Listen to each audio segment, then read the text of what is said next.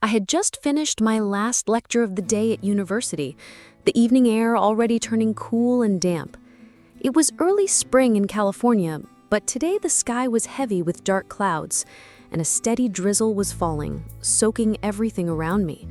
I zipped up my jacket tighter as I walked down the sidewalk, eager to get home, my backpack weighing down my shoulders. As I passed by the small park near campus, something caught my attention, a faint, almost desperate meow. I stopped and looked around, trying to locate where the sound came from. The rain was coming down harder now, and the usually lively park was quiet, deserted except for me. The meowing continued, soft and shaky. I scanned the bushes nearby and saw a small, white, fluffy shape trembling under a bench. It was a cat, a strikingly beautiful one, all white fur, though wet and matted from the rain. Its wide eyes were filled with fear and confusion. My heart clenched. "Hey, little one," I whispered softly, crouching down to get closer. The cat flinched, but didn't run away. I reached out a gentle hand, stroking the damp fur. It was cold and soaked through, but the cat didn't resist. Instead, it leaned into my touch, trembling. I looked around. There was no one else in sight. No collar was visible, but as I moved the fur aside, I spotted a small medallion hanging on a chain around its neck. I carefully picked the cat up, cradling it against my chest. It was shivering badly. "This poor thing," I muttered, my voice full of concern. "You can't stay out here in this weather." I decided to take the cat home with me. The rain was not going to stop soon, and it was far too cold for a tiny creature like this to be out alone. Once inside my apartment, I wrapped the cat gently in a soft, warm towel, drying its fur as best I could. The cat was quiet, still scared, but it slowly began to relax in my arms. I placed a small bowl of warm water and some food near the spot I had set up for her. As the cat ate hesitantly, I examined the medallion again. It had a name engraved, Snowflake, and a phone number underneath. "Snowflake?" I said softly. "That's a perfect name for you." I pulled out some paper and my phone and quickly typed up a flyer. "Lost cat, white fluffy cat named Snowflake. Please call if found," with the number from the medallion and my contact info in case anyone called me first. The rain continued outside, pattering softly against the windows as Snowflake curled up beside me, exhausted but safe for now. The next morning, the sun was shining weakly through a clearing sky.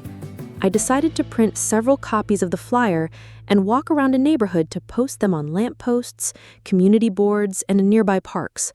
I wanted Snowflake's family to find her as soon as possible. I clipped the flyers to trees, poles, and bus stops, my heart hopeful that someone would call soon. But the day passed without a single phone call. Snowflake seemed more restless now, pacing back and forth, occasionally letting out small cries that tugged at my heart. "I know you're scared," I said, kneeling down next to her, "but I promise I'll help you find your family." I spent the day keeping her company, playing softly and talking to her, but the loneliness in her eyes was impossible to miss. That night she lay quietly on my lap as I studied for my classes, the rain starting again outside. 2 days passed like this, still no calls. Snowflake grew quieter, almost withdrawn. The small cat who had once leaned into my touch now barely responded when I stroked her. I could tell she missed her home terribly. One evening as I sat beside her, she looked up at me with tearful eyes, and I felt my own heart break. I wrapped her close and whispered, "Hold on, Snowflake, we'll find them, I promise." On the third day, my phone finally rang. I jumped up, startled. It was a man's voice, warm and trembling with relief. "Is this the person who found Snowflake?" "Yes, that's me. She's here, safe," I replied quickly. "Oh, thank God. We've been searching everywhere. She's part of our family. My daughter was heartbroken when Snowflake disappeared." We arranged to meet in a park near my apartment. When the man and a young girl appeared, the moment Snowflake saw them, her tail flicked and she ran to them, purring loudly and brushing against their legs. The little girl scooped Snowflake into her arms, tears of joy streaming down her face. "Thank you so much," the father said, turning to me with genuine gratitude. "You saved her. We can't thank you enough." I smiled, feeling a warmth that outshone any sunshine. Later, as I watched Snowflake reunited with her family, I felt a deep sense of peace. Sometimes the smallest creatures teach us the biggest lessons about kindness, hope, and the power of a little warmth on a cold, rainy day.